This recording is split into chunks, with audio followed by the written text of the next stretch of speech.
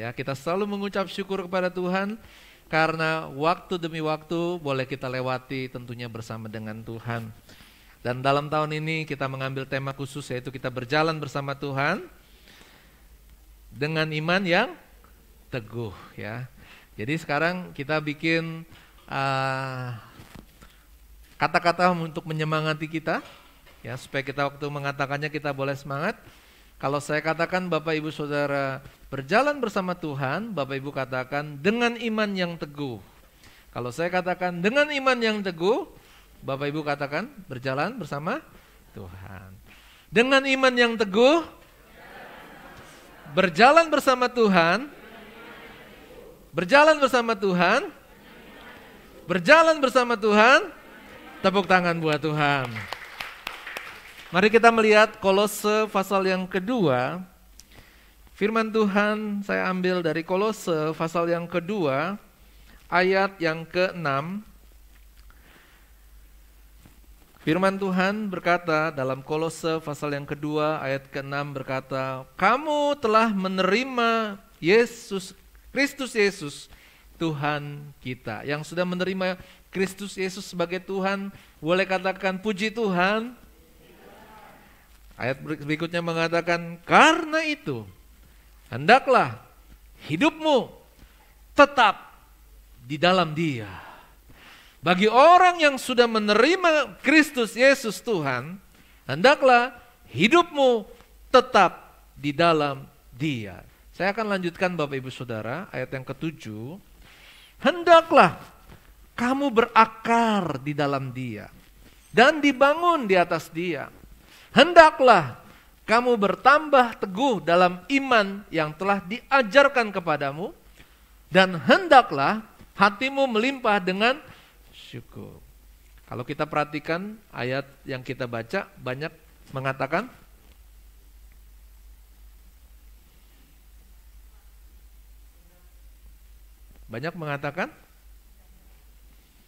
hendaklah. Ada berapa hendaklah? 5, 4, 3, 2, 4. Mari kita melihat sekali lagi Bapak Ibu Saudara. Makanya tidak cukup membaca firman Tuhan satu kali Bapak Ibu Saudara. Jadi saya mempersiapkan firman Tuhan ini, saya membaca berulang-ulang. Bapak Ibu yang baru mendengar firman Tuhan siang hari ini, kita baca sekali lagi. Kolose pasal 2 ayat 6 berkata, kamu telah menerima Kristus Yesus Tuhan kita. Siapa itu? Kita. Kita sudah menerima Kristus Yesus Tuhan kita. Katakan, puji. Aduh, jangan lupa Bapak Ibu Saudara. Kalau orang percaya sudah diselamatkan, ditebus oleh Tuhan Yesus, harus katakan, puji Tuhan. Jangan takut salah. Pujian bagi nama Tuhan. Ya, kamu telah menerima Kristus Yesus Tuhan kita. Itu adalah kita. Kok nggak ada puji Tuhannya? Puji Tuhan, Bapak Ibu Saudara. Orang yang sudah menerima Kristus Yesus itu harus mengatakan puji Tuhan. Dan dikatakan karena itu yang pertama, hendaklah hidupmu tetap di dalam Dia. Rahasia kebenaran firman Tuhan, kalau judul firman Tuhan hari ini adalah iman yang teguh, Bapak Ibu Saudara. Ini berbicara tentang hati yang tetap. Hati yang tetap di dalam Tuhan. Bapak Ibu Saudara, tetap itu berarti teguh, kokoh, tidak berubah, tidak goyah, konsisten. Sekarang lihat seperti itu, besok tetap seperti itu. Lusa tetap seperti itu. Kalau kita melihat ada pohon, kalau sekarang ini kita lihat cuaca berubah-ubah, dari panas tiba-tiba mendung, hujan, disertai dengan angin. Bapak Ibu mungkin dari dalam rumah bisa melihat ada pohon yang ditiup oleh angin, dia mungkin tertiup, dia sempat bergoyang mengikuti arah angin. Tetapi Bapak Ibu Saudara, pohon itu kembali lagi ke posisinya semula ketika angin itu berhenti bertiup. Itu yang namanya pohon itu kokoh berdiri. Pohon itu tetap dalam posisinya. Kalau dia tidak tetap, maka dia patah atau dia tumbang. Tapi kalau pohon itu dikatakan pohon yang kokoh, itu kalau pohon itu dia bisa kembali lagi dari tiupan angin. Demikian juga dengan kehidupan kita Bapak Ibu Saudara. Kita menjalani 2022 ini, kita menoleh ke belakang, bagaimana banyak masalah, banyak kesusahan, pikiran, beban yang membuat hati kita khawatir, takut, atau mungkin melihat masa depan juga kita merasa dengan kekuatan yang ada nggak akan cukup. Mungkin pemikiran kita mirip seperti firman Tuhan, ada seorang janda yang hanya memiliki sedikit minyak dan sedikit tepung, dan mereka berpikir yang ada ini pun tidak akan menyelamatkan mereka. Sampai ketika ada seorang hamba Tuhan, Nabi Elia datang dan berkata, buatlah bagiku sepotong roti kecil. Perempuan itu berkata, Tuhan, yang ada padaku hanya sedikit minyak dan sedikit segenggam tepung, di mana kami akan membuatnya, lalu kami makan dan mati. Yang dibikin itu bukan racun Bapak Ibu Saudara. Tetapi kenapa perempuan ini mengatakan mati? Karena perempuan ini berpikir sekalipun dia memakan roti itu, maka dia tetap kelaparan, dan akibat daripada kelaparan adalah menimbulkan kematian Bapak Ibu Saudara. Seringkali seperti pohon yang diombang-ambingkan. Hari ini kita punya masalah, hari ini kita melakukan kesalahan, hari ini mungkin kita melakukan hal-hal yang mungkin tidak seharusnya. Mungkin seharusnya kita berpikir aduh kemarin kenapa saya nggak beli minyak goreng sebelum harganya naik. Ya, nyesel belakangan Bapak Ibu Saudara. Sekarang harganya udah mahal. Aduh kemarin kenapa ya saya nggak simpen emas? Ya mungkin saya punya tabungan 500.000. Kenapa saya sekarang mungkin emasnya udah jadi 1 juta. Berpikir, saudara yang kasih Tuhan, itu adalah namanya angin Bapak Ibu Saudara.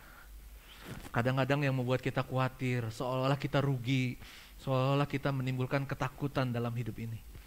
Tapi hari ini kita belajar, kita harus memiliki iman yang teguh di dalam Tuhan. Angin boleh datang, masalah boleh ada, kesusahan bisa ada. Mungkin sepertinya apa yang kita usahakan mengecewakan. Mungkin apa yang kita lakukan sepertinya mungkin tidak seperti orang lain. Mungkin kenapa saya tidak menyimpan, kenapa saya tidak menabung? Baik untuk menabung, tapi kalau kenyataannya hari ini kita tidak ada tabungan, tetaplah mengucap syukur kepada Tuhan. Kembalilah bahwa kita hidup itu hanya karena anugerah dari Tuhan. Tepuk tangan buat nama Tuhan kita. Apa yang sering disebut dengan teguh atau kokoh? Saudara yang dikasih Tuhan, kau tadi berbicara tentang tetap teguh, itu kokoh. Seringkali ada sebut bangunan yang kokoh. Ya, kemarin kita baru gempa bumi ya di Jakarta. Ada yang berasa gempa bumi? Nggak kerasa ya, saking mungkin karena lagi olahraga, lagi loncat-loncat, jadi gempa buminya nggak kerasa. Saya lagi duduk di lantai 2 dan biasanya memang di dekat saya itu ada sebotol botol minum isi air, dan untuk mendeteksi gempa itu hanya dengan melihat kalau tiba-tiba air dalam botol itu bergoncang, nah di situ saya udah tahu gempa ya. Dan teman-teman yang ada di ruangan di mana saya ada pun mereka tadinya nggak tahu, tapi akhirnya ketika saya katakan gempa, mereka malah baru mulai mencari benar nggak ya ada gempa Bapak Ibu Saudara. Dan seringkali mungkin Bapak Ibu Saudara kita di Jakarta bersyukur gempa buminya tidak terlalu hebat. Tapi kalau di daerah-daerah yang dihantam dengan gempa bumi yang besar, itu bisa menghancurkan bangunan Bapak Ibu Saudara. Nah bangunan yang kokoh adalah bangunan yang tahan gempa. Ya. Atau mungkin disebut bangunan itu kokoh kalau misalnya sekarang mungkin seluruh dunia melihat ke satu negara di Ukraina, ya lagi perang sama Rusia, ya. Para tentara itu harus berlindung di balik bangunan Bapak Ibu Saudara. Dengan tujuan apa? Supaya mereka aman. Tapi kalau ternyata bangunan itu ditembak oleh musuh, maka bangunan itu juga bisa runtuh. Ternyata bangunan tidak kokoh. Lalu apa? Oh iya, lagi zaman perang seperti ini apa? Kendaraan lapis baja, ya. Anti peluru katanya, tank segala macam. Tapi kita lihat sekarang di dalam televisi atau di berita-berita, Bapak Ibu bisa lihat bagaimana yang kita pikir tank itu dibuat dari besi baja. Besi baja itu adalah besi yang paling kuat, Bapak Ibu Saudara. Disebut baja karena dia keras, karena dia kuat. Tetapi apa jadinya? Ketika ada masalah, ketika ada peluru yang ditembakkan, maka tank itu juga bisa hancur.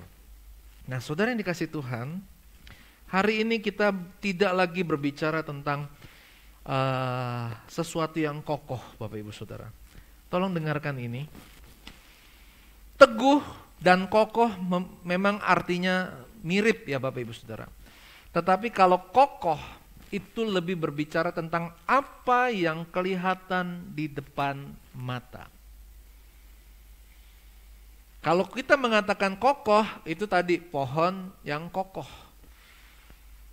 rumah yang kokoh, kendaraan perang yang kokoh, itu yang kelihatan di depan mata. Tapi kapan kita melihat teguh? Teguh itu artinya adalah kekuatan yang tidak kelihatan tetapi ada. Yang paling sederhana dalam kehidupan kita, ada pepatah mengatakan, bersatu kita teguh, bercerai kita runtuh. Artinya apa? Berarti lebih baik bersatu. Saudara yang dikasih Tuhan, iman yang teguh itu tidak kelihatan di mata manusia. Tapi iman yang teguh itu ada di dalam hati kita. Iman yang teguh ini berbicara tidak mudah terpengaruh oleh keinginan atau ajakan berbuat dosa. Ketika berkata, kamu telah menerima Kristus, Tuhan, dan hendaklah kamu hidupmu tetap di dalam Dia. Itu yang pertama, artinya adalah kita akan kuat, tidak terpengaruh oleh keinginan, oleh rayuan, atau bujukan, khususnya dari orang lain, termasuk juga si jahat, si iblis, untuk berbuat dosa. Kalau hari ini Bapak Ibu sudah percaya sama Tuhan, tetaplah percaya sama Tuhan. Itu iman yang teguh. Walaupun mengikut Tuhan, itu pikul salib. Walaupun mengikut Tuhan, harus berkorban. Kita puji Tuhan, hari ini kita sudah kembali beribadah secara langsung di gereja. Sebagian besar sudah hadir. Yang datang ke gereja, perlu menyiapkan waktu. Perlu mengendarai kendaraan, menempuh perjalanan yang cukup panjang. Dan semua itu dilakukan karena apa? Karena rindu untuk beribadah kepada Tuhan. Sebenarnya kita juga harus bersyukur sama Tuhan. Sebenarnya bisa saja mungkin ada pilihan tidak hadir. Ada pilihan mungkin saya tidak beribadah dulu hari ini. Bapak Ibu Saudara, karena pandemi yang ada sempat mungkin membuat keadaannya berubah. Tapi hari ini ketika pandemi ini sedikit demi sedikit sudah mulai berakhir, maka kita kembali lagi untuk beribadah bersama-sama di gereja. Saudara yang kasih Tuhan, mungkin terpengaruh dengan pikiran-pikiran. Belum lama ini kita melihat ada orang bisa menghentikan hujan, menjadi sangat terkenal sekali Bapak Ibu Saudara. Apakah Bapak Ibu menjadi goyah imannya? Hendaklah kita memiliki iman yang teguh. Masalah mau hujan atau tidak hujan, tetaplah kita harus percaya kepada Tuhan. Jangan pernah meminta pertolongan kepada sesuatu yang lain daripada Tuhan. Utamakanlah Tuhan. Kuatlah, sabar menghadapi ujian yang dihadapi. Mungkin kita merasa pencobaan masalah yang kita hadapi ini sudah lama, tetapi Tuhan tetap setia. Ada amin? Tuhan tetap menolong kita. Tuhan tidak pernah meninggalkan kita. Di ayat yang berikutnya Bapak Ibu Saudara, kalau kita melihat bagaimana supaya iman kita tetap di dalam Dia, bagaimana supaya iman kita teguh di dalam Dia, maka lakukanlah 3 hal ini. Hendaklah artinya sebuah perintah. Kalau orang melakukannya, maka dia akan mendapatkan hasil yang baik. Hendaklah kamu berakar di dalam Dia. Berakar di dalam Dia. Bapak Ibu Saudara, hidup kita sebagai anak Tuhan diibaratkan seperti pohon. Kenapa? Karena perlu sebuah pertumbuhan. Mungkin awalnya kita punya iman, tetapi iman kita harus bertumbuh. Harus lebih percaya lagi kepada Tuhan. Harus mencari kebenaran Tuhan. Seperti akar pohon. Seringkali orang melihat bukan kepada akar. Tetapi yang membuat pohon itu hidup adalah akar. Yang membuat pohon hidup itu bukan batangnya. Yang membuat pohon itu tetap berdiri dan menghasilkan buah itu bukan daunnya. Tetapi yang membuat pohon itu bisa menghasilkan, yang bisa bertambah besar, yang bisa menghasilkan daun yang hijau, itu karena ada akar yang ada di dalam tanah. Hendaklah kamu berakar di dalam Dia, itulah artinya kita mencari kebenaran Tuhan. Suka berdoa, suka memuji Tuhan. Sepanjang waktu yang Tuhan berikan, Bapak Ibu mari kita berpikir, bagaimana Tuhan itu baik dalam kehidupan kita. Manusia diberikan 24 jam. 8 jam kita bekerja, 8 jam kita istirahat, 8 jam lagi buat keperluan yang lainnya Bapak Ibu Saudara. Dalam 24 jam itu berapa banyak yang kita gunakan untuk hati ini diarahkan kepada Tuhan? Ataukah mungkin kita terlalu banyak memikirkan kesulitan, memikirkan bagaimana kita bisa mencapai prestasi di dunia ini, kedudukan, posisi, harta, kecukupan, atau kita memikirkan bagaimana hidup kita mendekat kepada Tuhan. Bapak Ibu mungkin gak pernah melihat akar itu mengalami kesulitan ketika menghadapi batu di dalam tanah. Tetapi nyatanya ketika pohon itu dibongkar, dan kita menemukan ada batu yang besar di dalam tanah, baru kita merasa heran. Kenapa? Kok bisa ya? Akar kayu, tapi kok bisa menembus batu atau bisa melewati batu? Itu artinya ketika hidup kita melekat kepada Tuhan, waktu kita ada persoalan, ada masalah yang dimana kita pun tidak sanggup untuk menghadapinya, dengan pertolongan Tuhan, bagaikan akar yang melewati batu yang keras, maka hidup kita akan terus melekat kepada Tuhan, melewati semua masalah yang kita hadapi. Ada amin? Kita baca Mazmur 1 ayat 3. Mazmur 1 ayat 3 adalah seperti pohon yang ditanam di tepi aliran air, yang menghasilkan buahnya pada musimnya, dan yang tidak layu daunnya. Apa saja yang diperbuatnya berhasil. Bapak Ibu Saudara, ingat keberhasilan yang kita peroleh dalam hidup kita hari ini, itu berawal dari kecintaan kita kepada Tuhan. Keberhasilan dalam rumah tangga Bapak Ibu Saudara, keberhasilan Bapak Ibu dalam pekerjaan, keberhasilan apapun yang Bapak Ibu alami hari ini, itu tidak lepas dari firman yang Bapak Ibu terima dan aminkan. Ada amin? Hendaklah kamu berakar di dalam Tuhan. Dan firman Tuhan berkata, orang yang membaca dan merenungkan firman Tuhan itu seperti pohon yang ditanam di tepi aliran air. Tolong ayatnya tampil. Siapa yang gak mau menghasilkan buah pada musimnya? Kita semua mau, ada amin?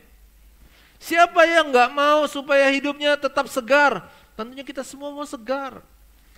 Siapa yang mau perbuatannya selalu berhasil? Yang mau berhasil katakan amin. Berarti kita harus berakar di dalam Tuhan. Nggak kelihatan sama orang lain waktu kita berdoa. Tidak kelihatan, mungkin orang lain nggak tahu saat kita berpuasa. Mungkin ketika kita memuji Tuhan nggak ada yang lihat. Karena manusia hanya melihat apa yang kelihatan. Manusia seringkali hanya melihatkan hasil yang dipakai, yang dimiliki, yang dipuji-puji orang, itu yang dipikir. Waktu kita berdoa, apakah ada orang memuji kita? Boro-boro dipuji. Mungkin gak ada yang lihat Bapak Ibu Saudara. Waktu kita memberi yang terbaik kepada Tuhan, coba Bapak Ibu Saudara pikirkan, apakah ada ketika Bapak Ibu memberikan yang terbaik bagi nama Tuhan dengan jujur, yang terbaik dalam hidup Bapak Ibu Saudara, Ketika Bapak Ibu persembahkan kepada Tuhan, apakah ada yang lihat? Dalam hidup saya, dalam pengalaman saya, ketika saya memberikan yang terbaik sama Tuhan, tidak ada orang yang tahu. Tapi Tuhan tahu. Tepuk tangan buat Tuhan kita. Sementara Bapak Ibu Saudara, mungkin yang baru sedikit, yang tidak ada apa-apanya, itu yang orang lihat. Jadi jangan berpikir apa yang dilihat orang. Tapi mari kita berakar di dalam Tuhan. Saudara yang kasih Tuhan, yang kedua dan yang ketiga, saya akan lanjutkan di ibadah kedua. Jadi buat Bapak Ibu Saudara, silahkan yang mau hadir akan hadir kembali dalam ibadah yang kedua. Paling tidak yang hadir hari ini sudah menerima berkat firman Tuhan, bahwa kita harus memiliki iman yang teguh. Amin. Iman yang teguh artinya apa? Kita bisa tidak terpengaruh oleh rayuan dunia. Lalu kita akan sabar menghadapi setiap persoalan. Dan supaya kita kuat, supaya kita teguh, maka kita harus berakar di dalam Tuhan. Puji Tuhan, Tuhan memberkati kita pada hari ini.